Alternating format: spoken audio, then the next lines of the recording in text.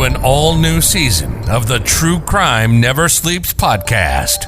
This season, we dive into the most horrific unsolved murders in history. From the Black Dahlia murder to the unsolved murder of the Lady of the Dunes. Join us every Tuesday on YouTube or your favorite podcast platform. As always, we thank you for listening.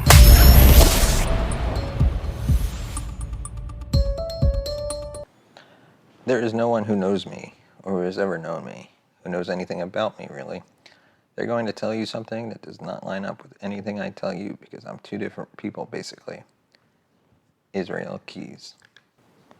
Hello, everyone. This is True Crime Never Sleeps podcast. I'm your host, Larry Lease. Today's episode, we're going to talk about Israel Keyes and how he became shit out of luck. Israel Keyes was born January 7th, 1978, and died December 2nd, 2012. He was an American serial killer, rapist, arsonist, burglar, and bank robber. He admitted to violent crimes as early as 1996 with the violent sexual assault of a teenage girl in Oregon, in a spree that lasted until his capture in 2012. In December 2012, Keyes died by suicide while awaiting trial for the murder of Samantha Koenig. During his childhood years, Keyes would walk around with a pistol everywhere he went, and at the age of 14, his grandfather gave him a .38 caliber revolver, which he outfitted with his first homemade silencer. He and a friend also had a habit of breaking into houses and burglarizing them. Keyes also began killing pet animals.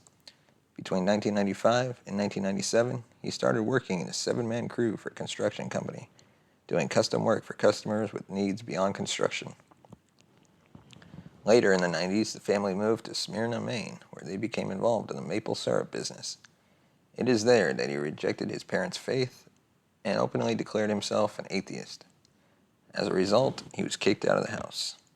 Sometime between 1996 and 1998, Keyes committed his first actual crime, abducting a teenage girl from a hiking group along the Deschutes River near Maupin, Oregon, and raping her, but releasing her afterwards. Later in 1998, he went to New Jersey and enlisted in the U.S. Army, serving as a specialist in the Alpha Company 1st Battalion, 5th Infantry. He was stationed at Fort Lewis near Tacoma, Washington, and Fort Hood in Killeen, Texas, and was trained in Sinai, Egypt.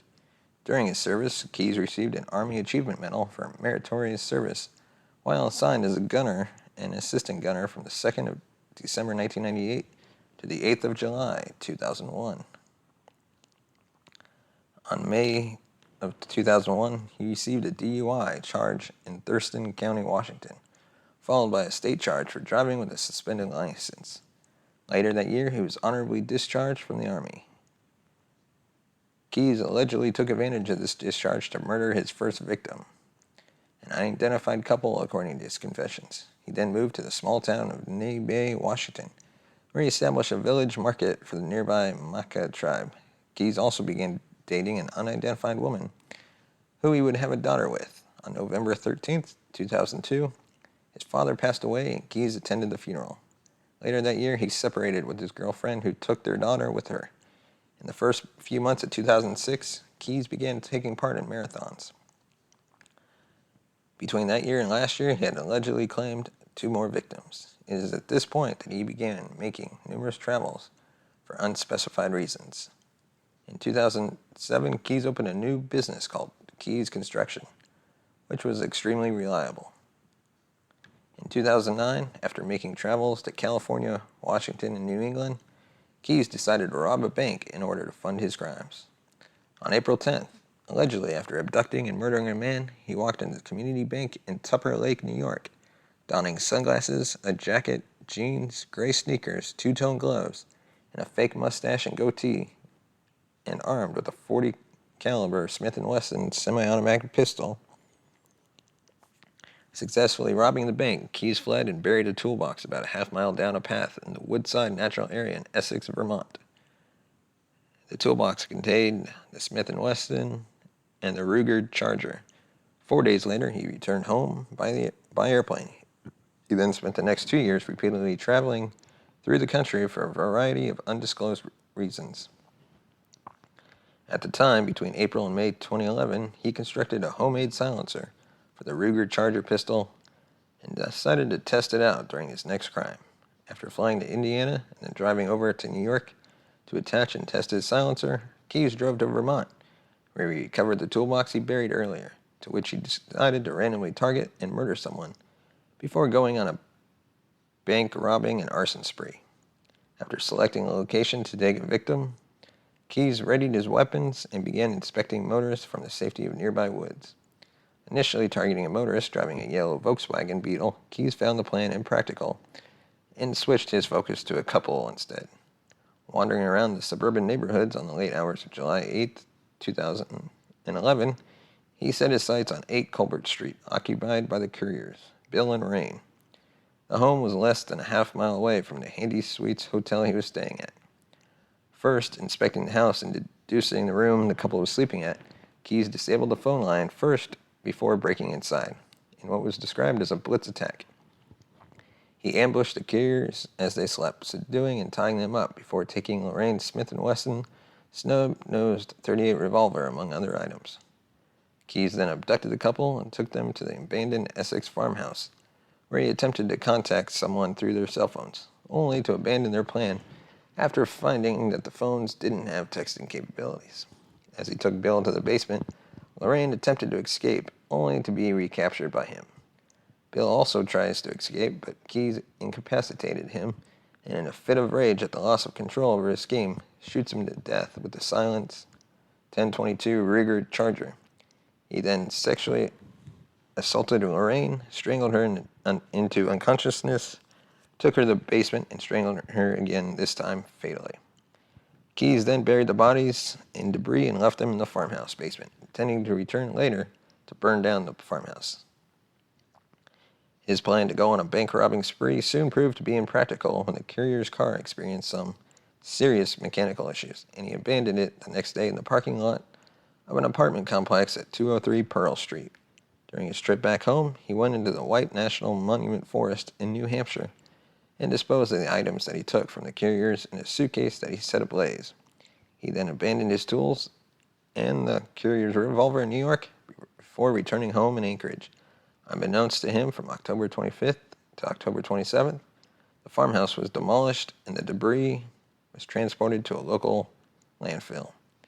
In October-November of the same year, he purchased a police scanner. This part of the story actually hits close to home for me, as I am actually originally from the Anchorage, Alaska area. On February 1st, 2012, Keyes decided to kill again, driving around aimlessly through Anchorage in search of a potential victim, setting his sights on an 18-year-old barista named Samantha Koenig. He approached her coffee kiosk, held her at gunpoint, and demanded the money from the register. After his demands were met, he tied her up and waited for her boyfriend Dwayne Tortolani, intending to abduct him too, but changed his mind and dragged Koenig outside. She attempted to escape, but he quickly recaptured her, forced her into his truck, and kept her captive in his home. The next day, Keyes went to Koenig's home, broke into her boyfriend's truck, and stole the debit card he shared with Koenig. But Tortolani and Koenig's father, James, witnessed him commit the act. After successfully testing out the debit card, Keyes returned home and murdered Koenig, leaving her body in a shed on his property. He then traveled to New Orleans, Louisiana, to embark on a ship cruise. Upon returning from the cruise, Keyes, increasingly worried by the large amount of publicity brought by Koenig's abduction, decided to commit a crime spree. Exploring around the west of Dallas, Texas, he encountered a 3,500 square foot, one-story, red brick house in Aledo on February 16th, which he robbed before burning it in a nearby barn down. He then drove to the nearby town of Azle, where he donned with a hard hat, sunglasses, gloves, and a breathing mask, robbed the National Bank of Texas within 2 minutes before escaping. He later buried the money around the Post Oak Cemetery in Glen Rose. South of Cleburne, he tried to abduct a woman walking a dog, but he quickly abandons the plan. Returning to Anchorage, Keyes enacted a ransom plan for Koenig, whose death was still not known to authorities. Texting a ransom note and directions to Dwayne, he recovered and dismembered Koenig's corpse with a chainsaw, and disposing the body parts in Matanuska Lake. which I remember driving by the Matanuska Lake I think it was a morning, and I actually saw all the crime scene tape up, and I think I saw divers going into the water looking for something. At the time, I didn't really know what they were looking at, but now I do. Keyes never gave law enforcement an exact number of people he murdered. Quote, he was very evasive at times during interviews, and he told us when we tried to pin him down on a number that it was less than 12. But then there were things that he would say that led us to believe that by less than 12, he simply meant 11, said FBI Special Agent Jolene Godin. In his various interviews with law enforcement, Keyes provided details about other victims, including a woman with pale skin who possibly came from money. He also told investigators the body of another victim had already been recovered, but that he made their death look like an accident.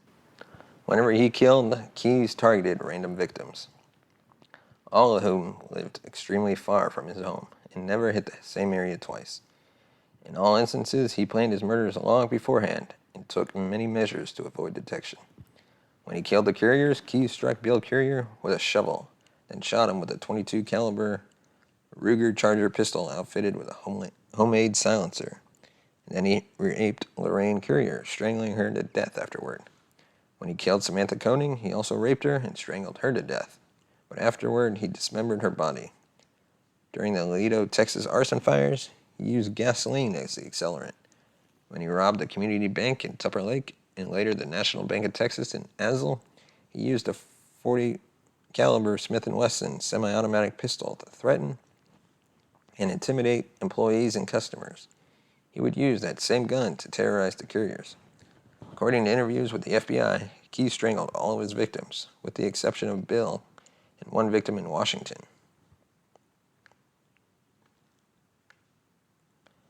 On August 12, 2013, federal authorities released new information on Keyes, revealing that they suspect him to have a final death toll of 11 victims, all killed from 2001 to 2012, and that there are possibly other victims in Canada and other countries. Additionally, he was confirmed to have also burglarized 20 to 30 homes and robbed several other banks in addition to the Community Bank and National Bank of Texas robberies. In 2020, the FBI released the drawings of 11 skulls and one pentagram, which had been drawn in blood and found underneath Keyes' jail cell bed after his death. The FBI believes this correlates with what are believed to be the total number of his victims. Serial killer Israel Keyes lost control of his murderous pleasure.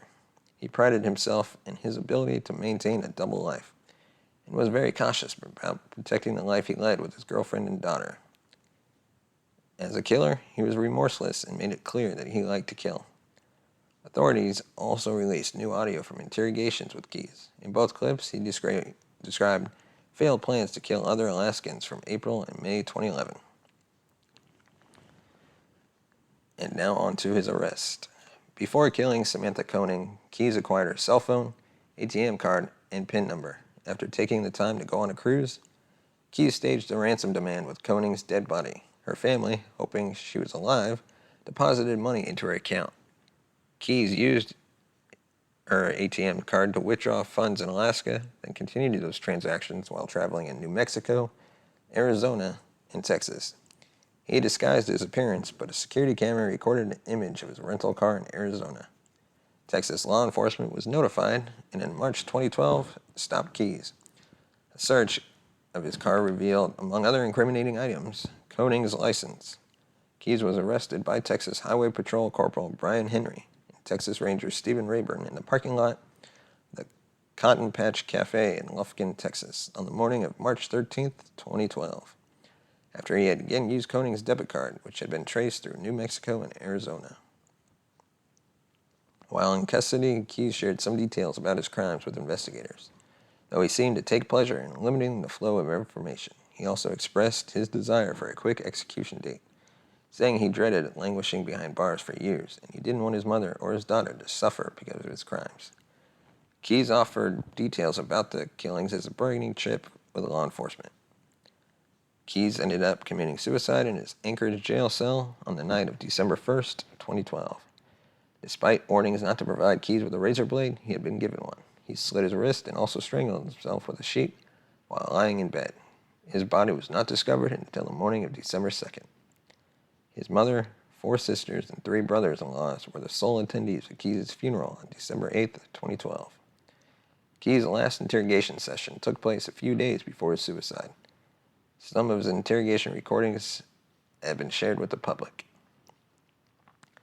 Thank you all for listening to this episode of the True Crime Never Sleeps podcast as we continue our series, Shit Out of Luck. This is Larry Lee signing off for today. Until then, stay safe, stay happy, and let us know what you thought about this case by sending us a tweet at TrueCrimeNS. And be sure to subscribe to our podcast on all your favorite podcast platforms and find us on YouTube. Just search True Crime Never Sleeps. Thank you, and we'll see you next time. Thank you for listening to the True Crime Never Sleeps podcast. Follow us on Twitter at TrueCrimeNS. Like us on Facebook at True Crime Never Sleeps. Send us a voice message at anchor.fm/TrueCrimeNeverSleeps/message. Tune in next week for an all-new episode.